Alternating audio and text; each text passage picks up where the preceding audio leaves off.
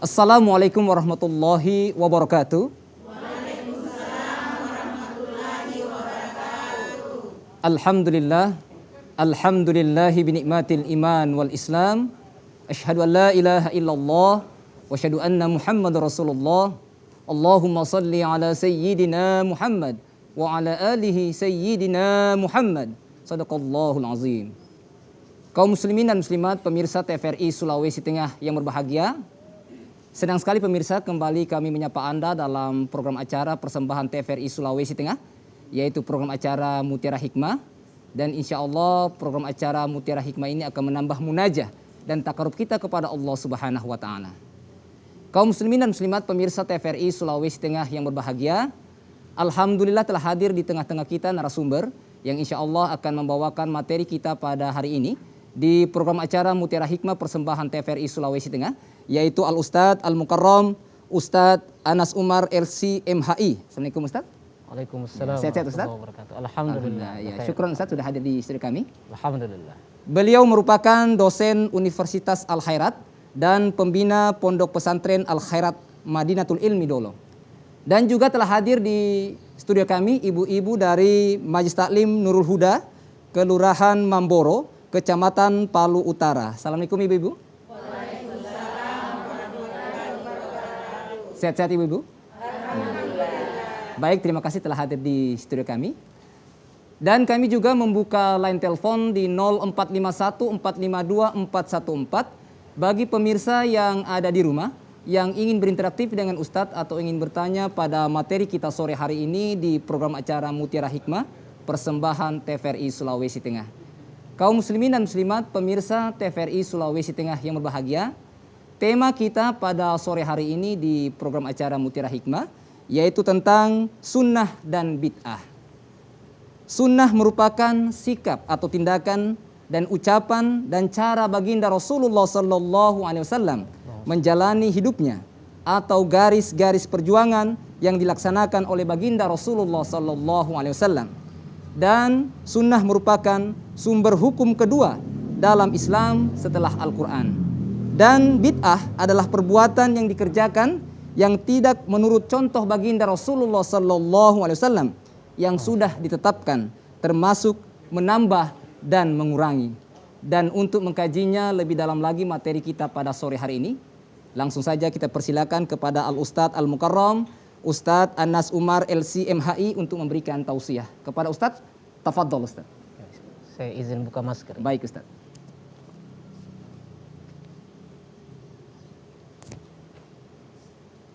Assalamualaikum warahmatullahi wabarakatuh. Waalaikumsalam warahmatullahi wabarakatuh. Alhamdulillah wasyukrulillah wala haula wala quwata illa billah. Wassalatu wassalamu ala Rasulillah sayyidina Muhammad ibn Abdullah wa ala alihi wa sahbihi wa mawalah. Allahumma salli wa sallim wa barik ala sayyidina Muhammad salatan taftahu lana biha futuhal arifin wa tufaqqihana biha fid din wa ala alihi wa sahbihi ajma'in. Subhanaka la ilma lana illa ma 'allamtana innaka antal alimul hakim. Pemirsa TVRI yang dirahmati Allah Subhanahu wa taala serta host kita Al-Ustadz Bambang Abu Julu yang semoga senantiasa diberikan kesehatan. Amin ya rabbal alamin. Serta ibu-ibu dari Majelis Taklim. Alhamdulillah kita bersyukur kepada Allah Subhanahu wa taala pada sore hari ini kita diizinkan oleh Allah untuk bertemu dalam satu majelis ilmu, majelis taklim yang insya Allah majelis seperti ini adalah majelis yang paling dirindukan oleh malaikat-malaikat. Insya Allah kita dicatat sebagai orang-orang yang senantiasa berzikir kepada Allah Subhanahu wa ta'ala. Amin ya rabbal alamin.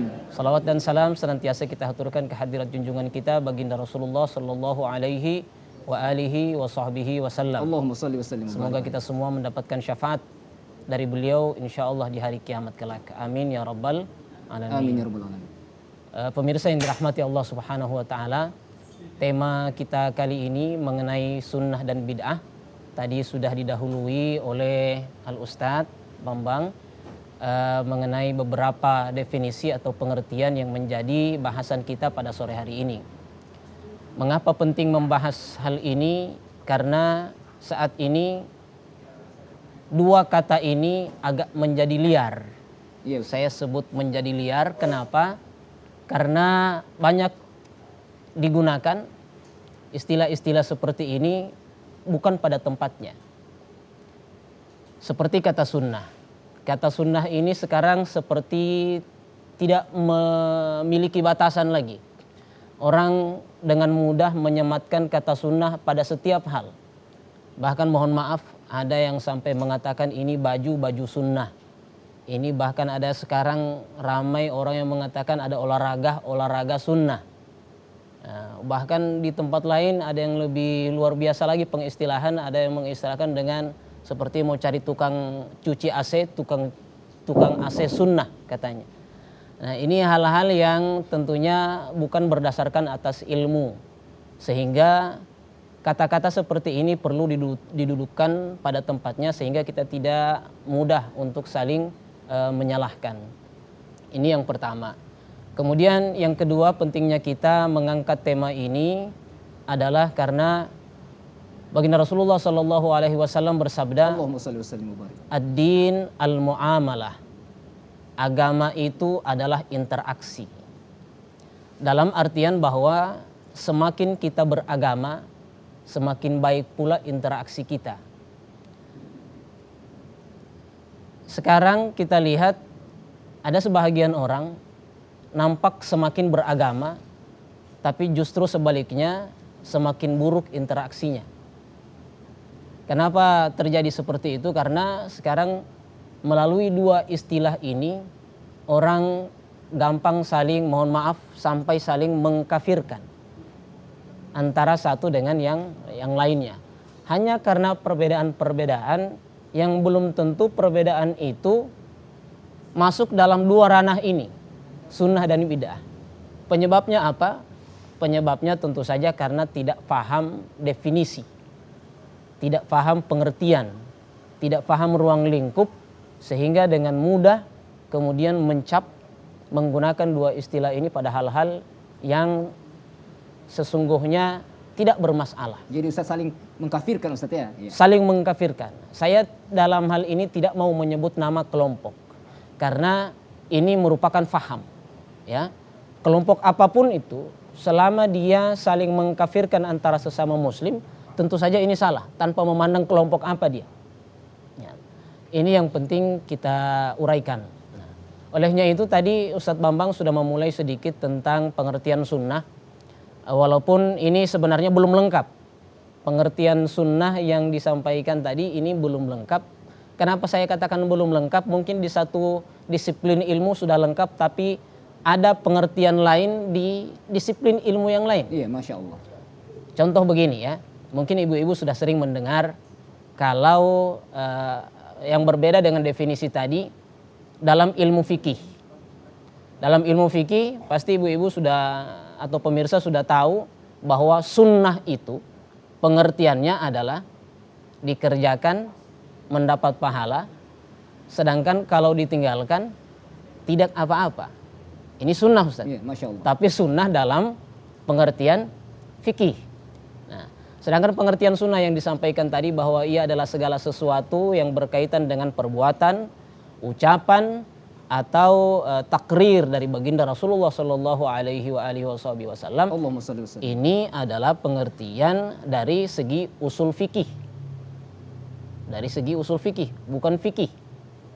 Nah, ada lagi nanti sunnah dalam pengertian ilmu hadis. Jadi pengertian sunnah ini banyak sebenarnya. Cukup luas Ustaz ya? Cukup luas, tergantung kita mau bahas dari disiplin ilmu yang mana.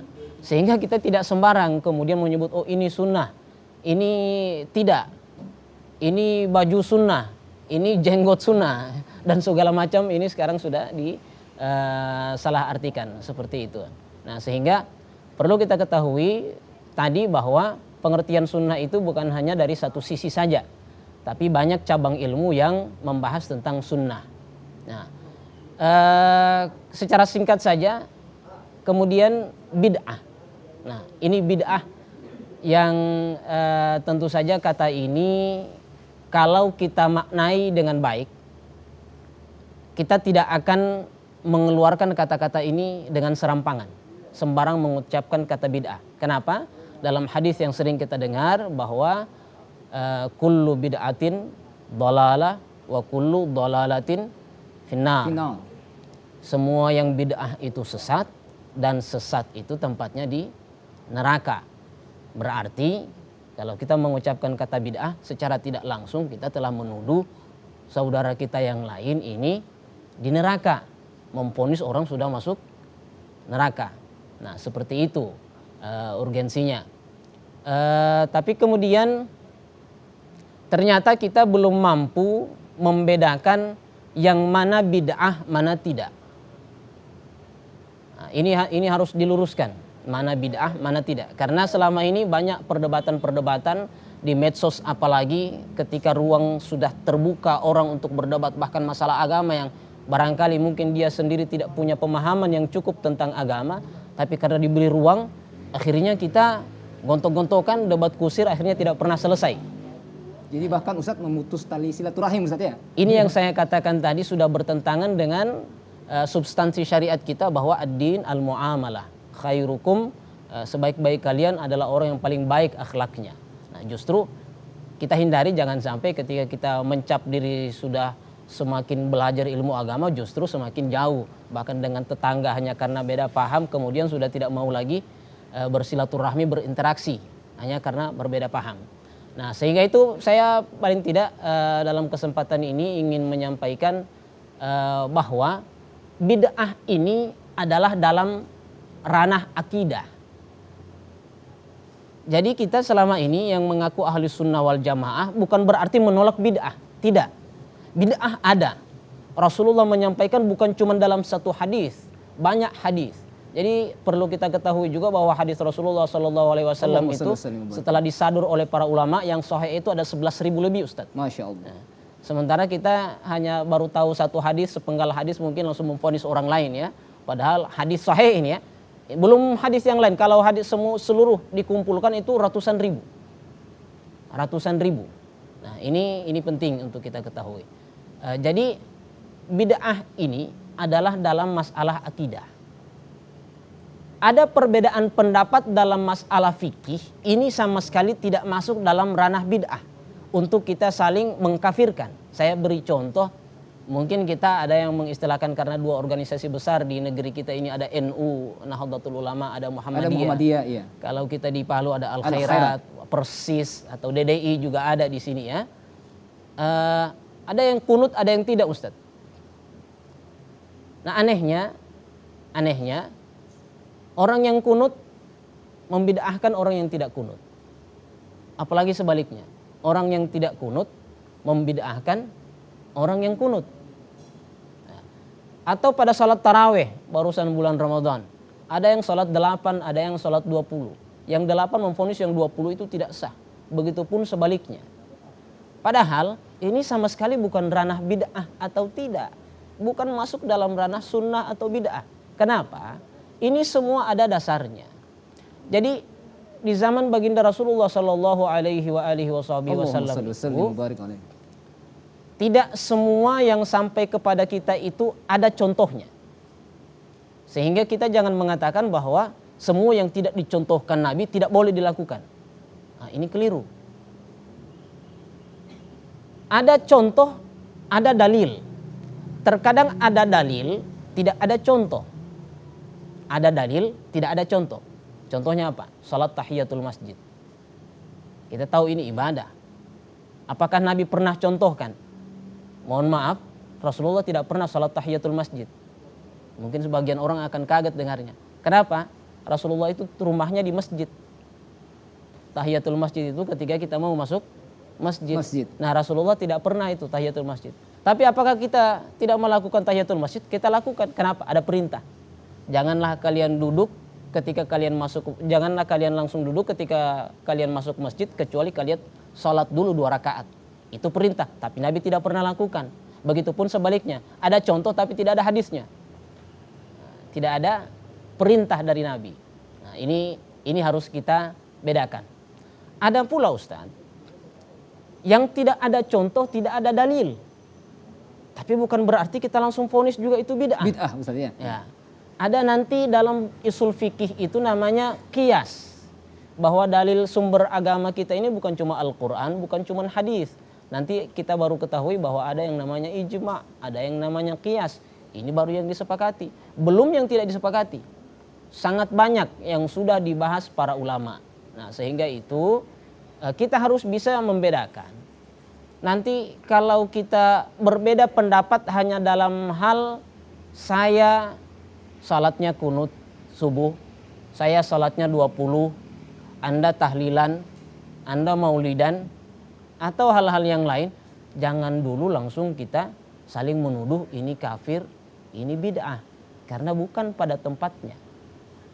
Bukan pada tempatnya. Nah, ini saya rasa harus perlu diluruskan. Kemudian yang terakhir yang menjadi benang merah barangkali agar kita tidak mudah memvonis, yaitu ketika kita berurusan dengan tradisi. Jadi Islam ini tidak hadir dalam ruang hampa. Maksudnya Islam datang ke satu tempat, ke satu daerah, ke satu wilayah, di mana wilayah itu sudah pasti punya kebiasaan sendiri. Apakah Islam ini hadir langsung menghapus semua tradisi itu, menghapus semua kebiasaan-kebiasaan masyarakat lokal di situ? Tidak. Prinsip dalam Islam, kalau dalam mazhab Syafi'i ada satu kaidah namanya al-aslu fil asya al-ibahah hatta yadullad dalilu ala tahrimihi. Maksudnya segala sesuatu itu asalnya boleh selama tidak ada hal-hal yang dilarang di dalamnya. Maka ini tradisi masuk dalam kaidah ini. Jadi dalam praktek sehari-hari kita, mohon maaf, tahlilan seumpama. Saya penting karena ini banyak diperdebatkan, Ustaz. Iya, Masya Allah. Ya, kita harus luruskan ini, tahlilan. Kita mau masukkan tahlilan ini dalam kategori apa? Kategori ibadah atau kategori tradisi? Maulidan, baca maulid, baca berzanji, ini masuk dalam kategori apa? Ibadah atau tradisi? Atau tradisi, Ustaz, ya? Iya. Ya, ini penting. Artinya berkumpul berjamaah ketika ada orang wafat, ada orang meninggal, kita berkumpul bersama-sama bersilaturahmi, kemudian membaca zikir-zikir tertentu. Ini secara praktek sesungguhnya ini adalah tradisi, bukan ibadah. Nanti jangan terkecoh, tiba-tiba ada yang mengatakan begini, oh Nabi itu waktu meninggal tidak ditahlilkan. Kan sederhana konsepnya. Masuk di akal, iya betul. Nabi itu wafat tidak ditahlilkan. Oh Imam Syafi'i meninggal tidak ditahlilkan. Betul, siapa yang mau bantah? Memang tidak. Karena tahlilan ini hanya ada di Nusantara. Paling tidak di Indonesia, Malaysia, Brunei, atau beberapa wilayah yang lainnya. Kalau di Arab ya memang tidak ada. Tapi apakah ini kemudian langsung kita vonis? Tidak boleh. Atau bid'ah, Ustaz, ya? Atau bid'ah, iya. langsung bid'ah. Atau mohon maaf langsung kafir. Masya Allah. Na'udzubillah. Orang saja yang bukan muslim ketika dia mengucapkan kata la ilaha illallah, dia dianggap masuk Islam. Nah ini orang jelas-jelas ucapkan, kalau dalam tahlilan itu kan ada sampai 40, 43, 44 ya. La ilaha illallah, la ilaha illallah. Masa kita langsung bilang orang seperti itu kafir? Karena ini tidak masuk akal. Sangat tidak masuk akal. Nah sehingga inilah urgensinya topik ini untuk kita sampaikan, sehingga paling tidak ini bisa meminimalisir konflik-konflik keagamaan di masyarakat kita, atau paling tidak bisa memperbaiki kembali hubungan silaturahmi yang putus hanya gara-gara perbedaan pendapat dalam masalah, mohon maaf, masalah fikih. Yang kalau kita tahunya mazhab fikih ini ada 4, ada Hanafi, ada Maliki, ada Syafi'i, ada Hambali. Mereka ini semuanya orang hebat. Hafal Al-Quran, hafal puluhan hadis, tapi ternyata mereka berbeda-beda juga. Imam Syafi'i, Imam Hambali mengatakan ada, Imam Syafi'i, Imam Maliki ada kunut subuh. Hambali, Hanafi tidak kunut subuh. Tapi apakah mereka kemudian saling menuduh, oh saya yang benar, sana yang salah. Saya yang masuk surga, dia masuk neraka. Tidak. Bahkan Imam Syafi'i itu gurunya adalah Imam Malik. Imam Ahmad bin Hambal berguru kepada Imam Syafi'i. Semuanya punya keterkaitan. Saling belajar satu sama lain. Tapi kemudian tidak membuat mereka dalam perbedaan pendapat mereka ini saling menyalahkan. Tidak saling membid'atkan, tidak Ustaz, saling ya. membid'atkan. Atau mengkafirkan, Ustaz, ya. Iya. Apalagi saling mengkafirkan. Nauzubillah. Sehingga kita perlu paling tidak membuat paradigma. Kalau toh ternyata nanti ada saudara kita, ada keluarga kita berbeda pendapat dengan kita dalam masalah fikih, jangan lihat dianya. Tolong lihat pendapat siapa yang dia ambil. Oh, dia pendapat Imam Malik. Imam Malik, siapa saya, siapa Imam Malik? Kira-kira begitu, Ustaz. Oh, saya tidak kunut. Dia kunut. Imam Syafi'i kunut. Siapa saya, siapa Imam Syafi'i? Tentu Imam Syafi'i lebih paham agama daripada saya. Nah, kalau kita membuat paradigma seperti itu, tentu saja luas kita dalam beragama. Semakin baik akhlak kita, semakin bersih hati kita dalam melihat masyarakat. Nah, sehingga poin pentingnya sebenarnya yang ingin saya sampaikan juga adalah bahwa kita harus punya trust, punya kepercayaan, kita harus percaya kepada ulama kita. Kita percaya kepada para ulama kita, imam madhab, para ulama-ulama yang lain, mujtahid, agar kita dalam mengambil pendapat itu, dalam mengambil satu dalil itu, kita merasa nyaman. Ketika saya ambil pendapat ini, saya percaya pada Imam Syafi'i. Saya percaya pada imam ini, saya percaya pada madhab ini. Kita harus punya kepercayaan itu, Ustaz. Jangan sampai ketika kita baru mulai belajar baca 1-2 buku, tiba-tiba langsung salahkan, oh Imam Syafi'i salah. Kita kan dibuat begitu sekarang. Membuat kita ragu terhadap kita punya ulama sendiri. Kita para sahabat sendiri. Nah, itu intinya barangkali, Ustadz. Mudah-mudahan nanti bisa kita diskusikan lebih lanjut lagi dalam sesi berikutnya. Baik, terima kasih Ustadz atas penjelasannya. Baik kaum muslimin dan muslimat pemirsa TVRI Sulawesi Tengah yang berbahagia. Tentunya Ustadz tadi menjelaskan bahwa Rasulullah SAW bersabda yang artinya agama adalah interaksi. Maka tentunya perbanyak interaksi dengan nilai-nilai kebaikan, insya Allah kita menggapai ridha Allah Subhanahu Wa Taala. Dan juga Ustadz menyampaikan bahwa Islam tidak hadir di ruang hampa, tetapi jadikanlah Islam sebagai agama rahmatan lil alamin. Baik, perbincangan kita cukup menarik pada sore hari ini, tetapi kita ikuti jedah berikut ini. Tetaplah di TVRI Sulawesi Tengah, TVRI. Media Pemersatu Bangsa.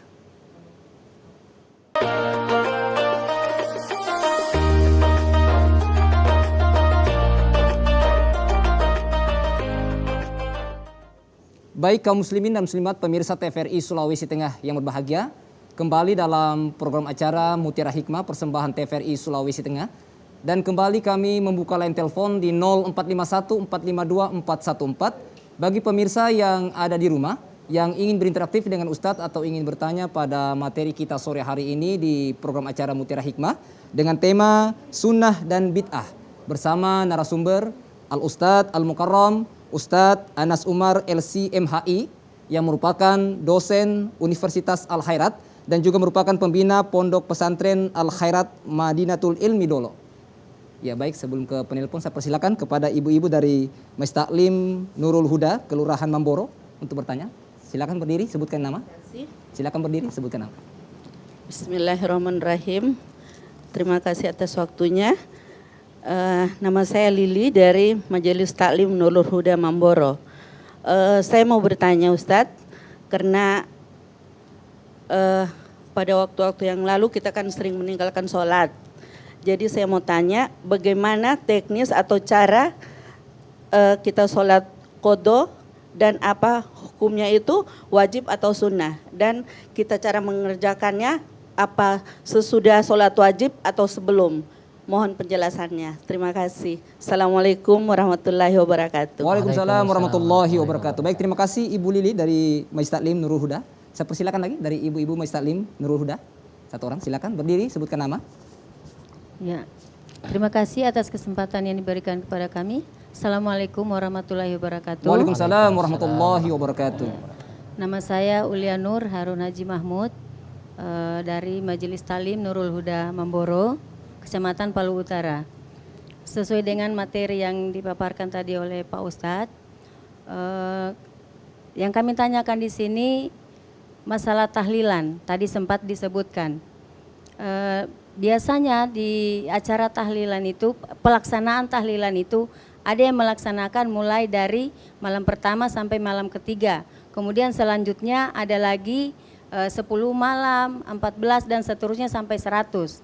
Kadang ada yang berpendapat hanya batas 40 hari saja. Apakah yang melaksanakan di atas dari 40 hari sampai 100 hari itu masuk di bid'ah atau sunnah? Ya, terima kasih Pak Ustadz. Wassalamualaikum warahmatullahi wabarakatuh. Waalaikumsalam warahmatullahi wabarakatuh. Baik, terima kasih Ibu Lili ya. Baik, Ustaz, kita jawab dulu Ustaz sebelum kita menerima penelpon. Pertama dari Ibu Lili ya, dari Majelis Taklim Nurul Huda tentang tentu meninggalkan sholat ini Ustaz ini. Kemudian mungkin ada teknis atau cara bagaimana untuk menggantinya mungkin Ustaz ya. Kemudian apakah hukumnya wajib atau sunnah? Atau kemudian bagaimana caranya mengerjakannya? Apakah sholat wajib dulu atau sesudah sholat wajib? Tafadhol Ustaz. Terima kasih Ibu atas pertanyaannya mengenai mengganti sholat atau iya, qadha sholat. Alhamdulillah yang bertanya ibu-ibu. Kalau laki-laki tentu saja jawabannya akan lain. Kenapa akan berbeda jawabannya? Karena wanita tentu saja paling banyak meninggalkan sholat, tapi meninggalkannya karena uzur syar'i. Nah, dalam syariat, dalam fikih, sholat yang ditinggalkan ketika kita dalam keadaan tidak suci, bagi wanita menstruasi, ini tidak perlu diganti, tidak perlu diqadha. Nah, berbeda laki-laki tidak pernah menstruasi. Berbeda, ya, laki-laki ya. Tentu saja berbeda. Nah, jika memang ternyata ada sholat kita yang belum sempat atau terlupakan, atau bahkan mungkin waktu itu katakanlah ada yang mengatakan belum dapat hidayah katanya, sehingga kewajiban ini sejak kita balik sampai hari ini banyak yang ditinggalkan. Sudah lupa berapa jumlahnya. Bagaimana cara menggantinya? Nah, ini perlu. Alhamdulillah, terima kasih sudah ditanyakan. Jadi ada dua cara untuk menggantinya yang sudah dikonsep oleh para ulama, di mana baginda Rasulullah Shallallahu Alaihi Wasallam untuk cara yang pertama mencontohkan bahwa kapan kita teringat bahwa kita belum melaksanakan salat yang sudah lewat waktunya, maka laksanakan pada waktu kita ingat. Langsung dilaksanakan pada waktu kita ingat. Seumpama hari ini, tadi bangunnya jam 8, jam 9. Setelah bangun, karena memang tidak sengaja, karena mungkin kecapean, ada lembur atau hal-hal lain, terbangun jam 9, teringat belum sholat subuh. Sudah bukan waktu sholat subuh lagi. Apakah boleh? Boleh. Langsung di qadha pada waktu kita ingat. Ternyata ini yang sudah bertahun-tahun lalu. Entah berapa puluh, berapa ratus, berapa ribu barangkali. Wal'iyadzubillah. Bagaimana lebih gampang? Nah, ini cara yang kedua. Lebih gampangnya bahwa silahkan kita melaksanakan sholat sesuai dengan waktunya. Katakanlah kita selama 4 tahun yang lalu tidak pernah sholat asar. Tidak pernah sholat asar. Maka setiap waktu asar di hari-hari ini yang kita lalui, laksanakan lagi setiap hari ganti, setiap hari ganti. Berarti semaksimal yang kita mampu. Didobel. Semaksimal yang kita mampu. Walaupun ada juga yang berpendapat, oh tidak mesti harus waktu asar ganti dengan asar, waktu maghrib ganti dengan maghrib. Ada yang mengatakan tidak seperti itu, seperti pendapat pertama tadi. Kapan kita ingat? Oh, saya ingat saya jarang sholat subuh. Ternyata ini waktu asar, ternyata waktu zuhur, gantikan pada waktu itu tidak masalah. Niatnya seperti niat biasa, hanya saja tambahkan qadhaan lillahi ta'ala. Usalli fardha zuhri 4 raka'atin mustaqbilal qiblati qadhaan lillahi ta'ala. Ya, jadi ada dua, sekali lagi saya ringkas saja. Boleh diganti kapan saja ketika Anda ingat. Namun kalau ingin lebih mempermudah, boleh pakai cara yang kedua, setiap hari double semampu Anda pada waktunya. Salat zuhur sampai 3-4 kali, boleh. Nah, seperti itu. Nah, yang jelas ketika salat itu sudah tertinggal, pasti dosa. Nah, apakah dengan hanya bertobat, beristighfar langsung terhapus? Ternyata tidak. Kita tetap berhutang di hadapan Allah Subhanahu wa taala, sama seperti puasa yang kita tinggalkan, tetap kita berhutang, maka tetap diusahakan untuk dibayar. Ternyata nanti umur kita pendek Ustaz, tidak sempat tertunai semua, insya Allah Allah Maha Pengampun. Allah sudah melihat dalam hati kita bahwa kita betul-betul ingin memperbaiki diri, betul-betul ingin bertobat, ingin mendekatkan diri kepada Allah, insya Allah Allah Maha Pengampun. Jadi itu untuk Amin, yang amin ya pertama, Allah. Ustaz. Iya, baik Ustaz. Kemudian kedua Ustaz dari Ibu Widya tentang tahlilan ini Ustaz. Iya. Ada tahlil dari 1 sampai 3, bahkan mungkin ada dari 10, 7, 10, 14 mungkin sampai ke 100 ya. Kemudian Ustaz ini ada yang berpendapat mungkin cukup 40 hari saja. Jadi ketika ada yang melaksanakan tahlil sampai 100 hari Ustaz, apakah itu bid'ah Ustaz? Tafadhol Ustaz. Baik, ya. Jadi di sebelumnya tadi saya sudah menyampaikan bahwa tahlilan ini dalam prakteknya ini adalah tradisi. Kalau dia adalah tradisi, berbeda konsekuensinya kalau dengan ibadah. Ibadah itu nanti menghasilkan wajib atau haram. Sementara kalau tradisi, ini boleh dilakukan, boleh tidak. Sehingga pada prakteknya, Anda mau hanya sampai 3 malam, mau 1 minggu, ada yang istilahkan takhtim tahlil. Ya. Takhtimnya berapa? Mau dikhatamkan berapa? Ada yang takhtimnya 3 hari. Kalau ada bahasa yang daerah takhtimnya Tanah Kaili podo Iya. arwana ya. Ustaz? Podo Iya, arwana. kalau bahasa Kaili ya Ustaz ya. Podo arwana, risa minggu, ruang Ya. papitu dan segala Ya. macam istilah yang Istilah, digunakan Ustaz, ya. Walaupun pada hakikatnya belum habis, hanya dikatakan saja takhtim, padahal belum khatam. Masih ada lagi 10, 20 sampai 100. Ada yang cuma sampai 40. Nah, kembali lagi pada pertanyaan tadi, apakah ini mesti seperti itu? Intinya adalah kalau ini hanyalah tradisi, tidak ada hal pakem, hal yang mengikat harus seperti itu. Jangan nanti ada mengatakan, oh berdosa kalau tidak sampai 100. Ada yang mengatakan hanya sampai 40. 40 Ustaz ya. Sekali lagi ini tradisi. Anda tidak tahlilan pun tidak apa-apa. Jadi bukan berarti nanti kita yang melaksanakan tradisi ini kita harus begitu. Nah, itulah kesalahan kita kenapa orang lain kemudian melempar tuduhan ke kita pembuat bid'ah. Memang betul akan jadi bid'ah suatu saat tahlilan. Kapan tahlilan ini jadi bid'ah? Ketika kita menganggap bahwa itu adalah kewajiban syariat. Disinilah letak bid'ahnya Ustaz. Mohon maaf, di satu wilayah orang kalau meninggal mungkin ada sebahagian yang istilah di Kaili itu masih romu. Iya. Ada keluarga, tetangga, kenalan, semua yang hadir itu urungan, kumpul duit. Ya. Di satu tempat tidak. Karena mungkin keluarga yang meninggal ini kemudian karena orang yang kurang mampu, di wilayahnya tidak ada kebiasaan saling membantu seperti itu. Akhirnya ada orang karena untuk paksakan diri melaksanakan tahlilan harus jual rumah, harus jual sapi, harus jual tanah, Astagfirullah. harus berhutang. Ini salah. Kenapa harus memaksakan sesuatu yang sama sekali tidak wajib dalam agama? Ini kesalahan kita yang pelaku tradisi. Sekali lagi, kaidahnya adalah jika itu adalah tradisi, jangan menganggap wajib. Jangan menganggap wajib.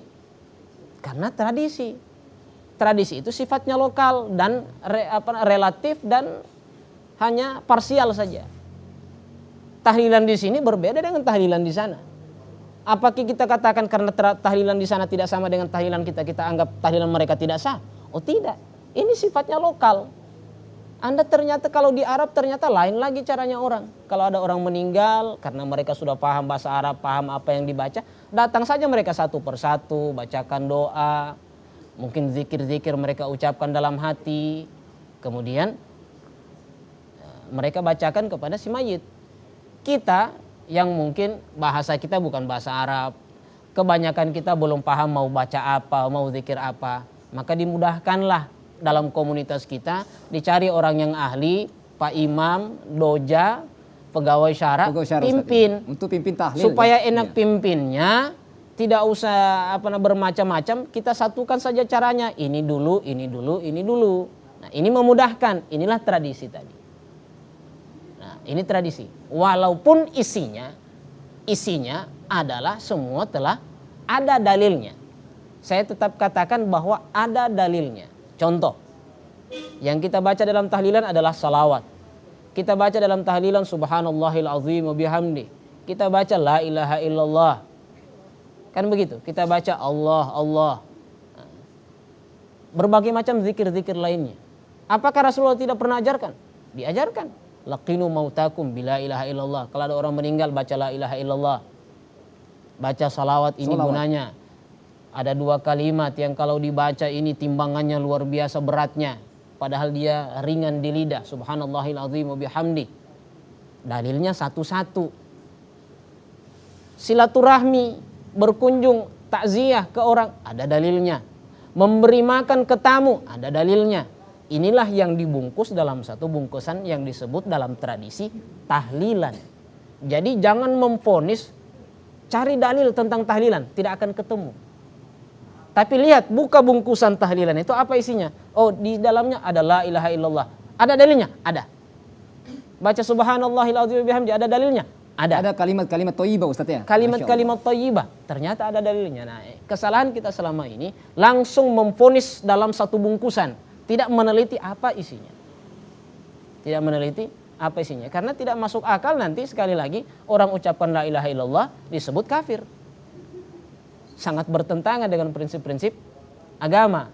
Nah, sama seperti, mohon maaf, kalau ada orang, mungkin ada yang kalau selesai sholat, ada yang tahlilan, zikir berjamaah setelah sholat, ada yang tidak mau zikir sama-sama. Yang tidak mau zikir sama-sama mengatakan, oh itu bid'ah Ustaz, tidak boleh, berdosa. Nah, logikanya kalau dikatakan begitu, berarti kalau kita baca ayat kursi kalau setelah selesai sholat, kalau dibaca sendiri dapat pahala. Kalau dibaca sama-sama berarti dapat dosa Ustaz. Dapat Ustaz. Karena berzikir berjamaah itu bid'ah. Bid'ah, ya. Logikanya kan begitu.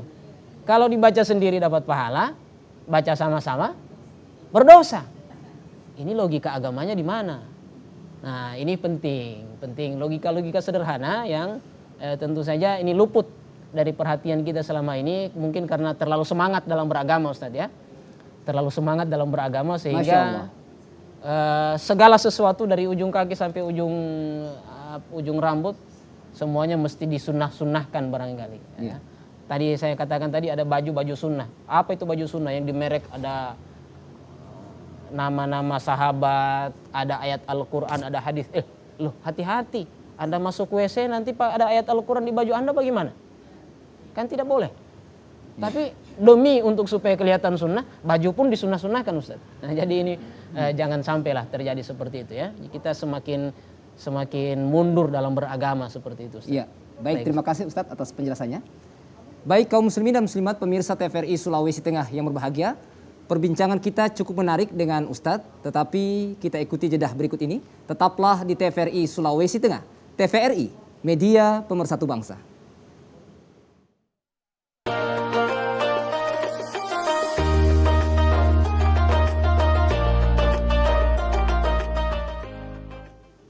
Baik kaum muslimin dan muslimat pemirsa TVRI Sulawesi Tengah yang berbahagia, kembali dalam program acara Mutiara Hikmah persembahan TVRI Sulawesi Tengah.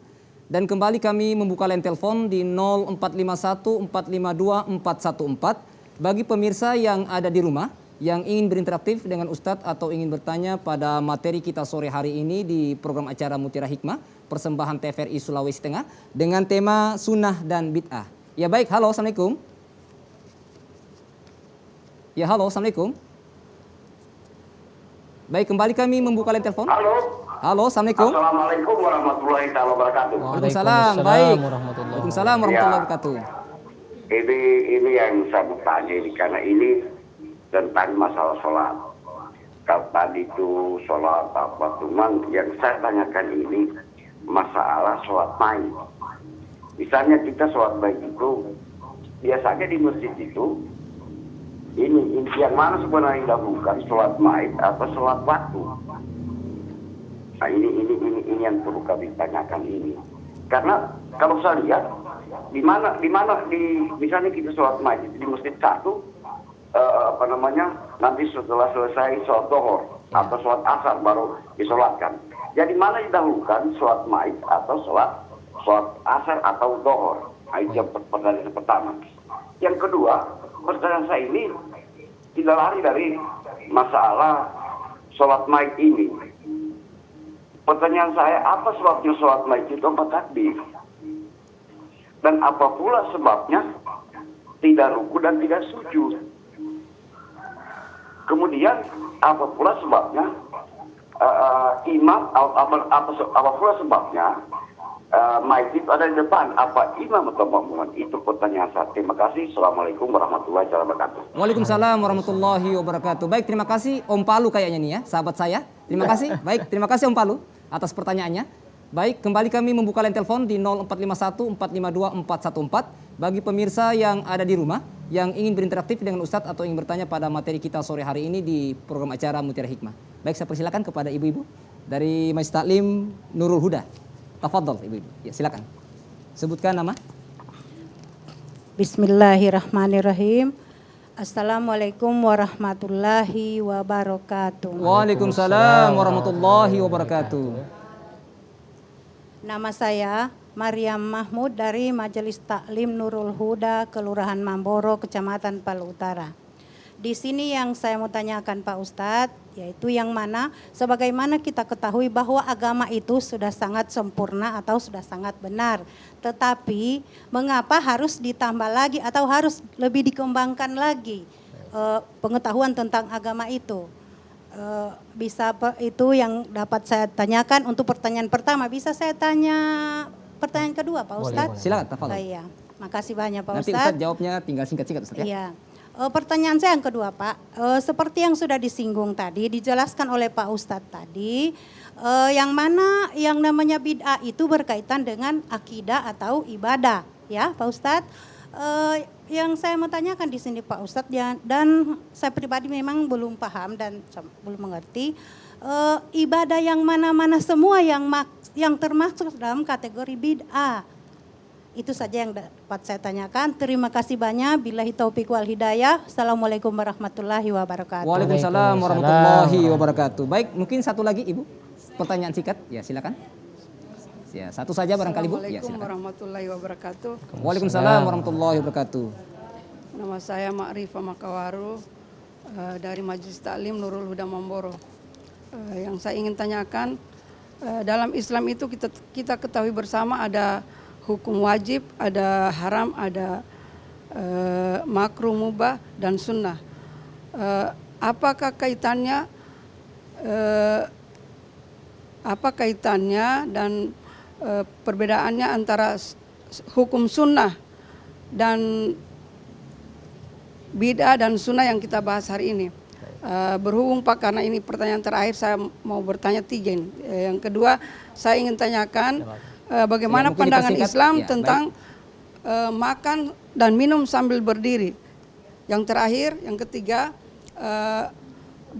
masalah penyelenggaraan prosesi penyelenggaraan jenazah. Banyak kita mendapat teguran dari orang-orang tua, kita tidak bisa menyentuh mayit kalau kita dalam keadaan haid. Sementara kita, misalnya orang tua kita meninggal, kita ingin sekali memandikan jenazah orang tua kita, tapi tidak dibenarkan. Karena kita katanya dalam keadaan haid tidak boleh menyentuh mayit. Bagaimana pandangan Islam tentang hal itu? Demikian pertanyaan saya. Lebih dan kurang mohon maaf. Assalamualaikum warahmatullahi wabarakatuh. Waalaikumsalam warahmatullahi wabarakatuh. Baik, terima kasih Bu. Mungkin Ustadz dijawab singkat-singkat saja Ustadz karena durasi waktu. Kita jawab dari Om Palu dulu Ustadz ya. Ini tentang sholat mayit ini Ustadz. Ya. Apa duluan Ustadz, wajibnya, asarnya, atau sholat mayitnya? Kemudian kenapa harus 4 rakaat? Kemudian harus berdiri, ya. Kemudian mayatnya harus di depan. Tafadhol Ustadz. Dua pertanyaan terakhir dulu saya jawab, jawabannya ringkas saja. Seperti itulah apa yang dipraktekkan oleh baginda Rasulullah Shallallahu Alaihi Wasallam. Dalam istilah fikih namanya tauqifi. Sudah dituntun tata cara pelaksanaannya. Sudah seperti itu contoh dari Nabi, ya sudah kita laksanakan seperti itu. Takbirnya 4, mayitnya di depan, tanpa ruku, tanpa sujud. Prakteknya dari Nabi seperti itu. Kemudian apakah dia sebelum atau sesudah sholat asar atau sholat zuhur? Ini permasalahan sebenarnya muncul dari sholat asarnya. Kalau sholat zuhur tidak ada masalah sebelum atau sesudah. Yang masalah adalah ketika sholat asar, karena setelah sholat asar itu tidak ada lagi sholat. Setelah sholat asar. Nah, ini perlu diperjelas. Dalam fikih Syafi'i dikatakan tidak ada sholat setelah sholat asar kalau sholat itu sholat tanpa sebab. Kalau itu sholat ada sebabnya, boleh. Contoh, setelah selesai sholat asar katakanlah kita sholatnya di rumah. Ternyata setelah itu kita mampir ke masjid, tahiyatul masjid, padahal sudah habis asar. Apakah boleh? Boleh. Kenapa? Ada sebabnya. Karena kita masuk masjid. Begitu juga mayit. Tidak apa-apa disolatkan setelah azan, setelah sholat asar, karena itu sholat ada sebabnya. Cuman sebaiknya kita sholatkan secepatnya. Saya tidak katakan sebelum asar ya, secepatnya. Jadi prosesi jenazah itu jangan dilama-lamakan Bu, harus cepat, ya, cepat. Jadi Ustaz disegerakan Ustaz ya? Disegerakan. Sunnah Nabi itu dalam proses jenazah itu mesti disegerakan. Nah itu untuk dari Om Palu tadi. Saya langsung mungkin sambung masalah dari Ibu karena ini masih mengenai jenazah. Ya. Apakah menyentuh jenazah itu boleh atau tidak dari wanita? Kalau wanita tersebut adalah mahramnya, bukan muhrim ya. Perbaiki istilahnya, yang betul adalah mahram. Artinya yang haram dinikahi. Maka kapanpun itu tidak ada masalah. Mau dia ketika dia wafat, ketika mau memandikan, ketika dia sudah habis dimandikan, dia mau sentuh tidak ada masalah. Nah, cuman yang mempermasalahkan ketika dia bukan mahramnya.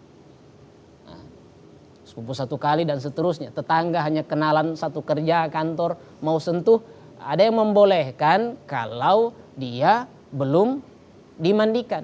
Kalau dia sudah dimandikan, tolong jangan. Apa sebabnya? Karena dia dalam mandi itu sudah diwudukan. Magirovai jenenanya. Ya. Nah, kira-kira begitu. Ini untuk dari Ibu ya. Kemudian Islam sudah sempurna atau tidak? Betul, melalui Al-Maidah ayat 3, Al-yauma akmaltu lakum dinakum wa atmamtu alaikum ni'mati wa raditu lakumul Islam madina. Hari ini telah aku sempurnakan bagimu agamamu. Sempurna apa maksudnya? Sempurna secara kaidah, bukan secara praktek. Contoh, bunga bang belum ada, tidak ada dibahas di Al-Quran. Tapi Al-Quran bilang Al-Quran sudah sempurna, Islam sudah sempurna. Tapi kenapa tidak dibahas bunga bang? Kenapa sekarang ada orang zakat pakai beras? Padahal tidak ada dalam hadis, tidak ada dalam ayat. Apakah ini bertentangan dengan ayat? Tidak. Ayatnya betul. Hanya pemahaman kita bahwa Al-Quran itu atau agama Islam ini sudah sempurna secara kaidah. Karena setelah Nabi wafat, ternyata sahabat Abu Bakar melakukan satu hal yang baru. Tidak pernah dilakukan Nabi. Kumpulkan Al-Quran. Sahabat Nabi Umar bin Khattab, tarawih 20.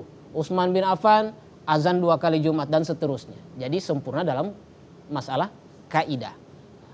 Kemudian Ustadz, ini mungkin yang terakhir Ustadz ya, disingkat saja tentang bid'ah ini dalam akidah. Seperti apa nih ibadah-ibadah bid'ah ini? Ya. Ustadz, bisa golongan seperti apa? Saya kasih contoh ibadah bid'ah dalam akidah itu ada seperti mengatakan bahwa Sayyidina Ali itu nabi, atau ada nabi setelah Nabi Muhammad, atau Jibril salah turun katanya. Ya, ada Jibril salah turun katanya. Ada yang mengaku bahkan saya Jibril. Ada kan Lia Eden itu. Ya, ada pengakuan seperti ini. Ini bid'ah dalam hal akidah. Bid'ah dalam hal ibadah. Contoh, Anda maghrib, karena saya sangat senang sholat maghrib, saya khusyuk sholat maghrib, saya tambah 2 rakaat jadi 5 rakaat sholat maghrib saya. Nah, ini bid'ah dalam ibadah. Tentu saja ada bid'ah. Cuman tadi itu ya, ada batasan-batasan yang boleh kita sebut bid'ah, boleh tidak. Terima kasih. Iya, kemudian Ustaz yang terakhir ini Ustaz tentang makan minum berdiri, hukumnya seperti apa ini Ustaz? Makan sebelum minum kita tutup Ustaz. Berdiri. Makan minum berdiri ini masuk dalam ranah adab, bukan masuk dalam ranah hukum sehingga kita bilang halal haram. Dia adab, baik atau buruk.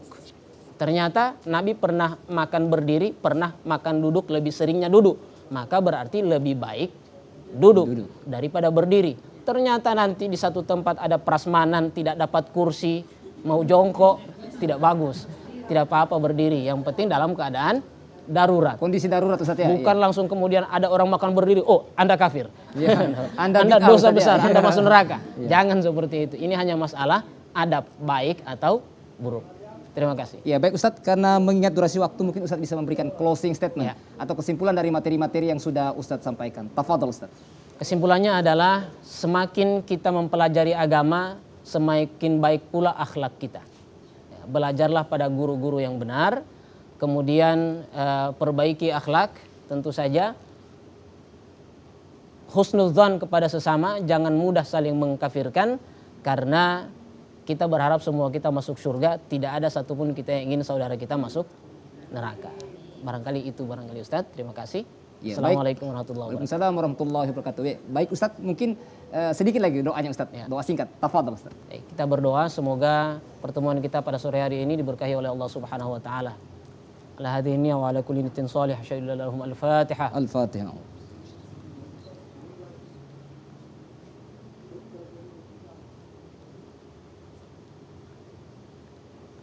Bismillahirrahmanirrahim. Amin ya Allah. Alhamdulillahirabbil alamin.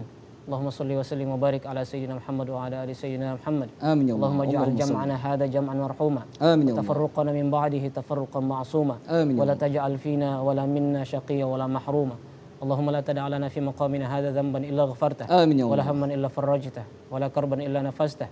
Wa la maridan illa shafaitah. Wa la dhallan illa hadaitah. Wa la daynan Amin ya illa Allah. qadaitah. ولا حاجة من حوائج الدنيا هي لك رضا ولنا فيها صلاح إلا قضيتها ويسرتها يا رب العالمين. آمين يا ربنا الله. لا تزغ قلوبنا بعد إذ هديتنا وهب لنا من لدنك رحمة إنك أنت الوهاب. آمين يا الله. ربنا هب لنا من أزواجنا وذرياتنا قرة أعين واجعلنا للمتقين إماما. آمين يا ربنا الله. اغفر لنا ولوالدينا ربنا اغفر لنا ولوالدينا ربنا اغفر لنا ولوالدينا وارحمهم كما ربونا صغارا. ربنا آتنا في الدنيا حسنة وفي الآخرة حسنة وقنا عذاب النار. صلى الله على سيدنا محمد. Alhamdulillahi rabbil alamin. Alhamdulillah. Baik, terima kasih Ustadz atas penjelasannya dan doanya.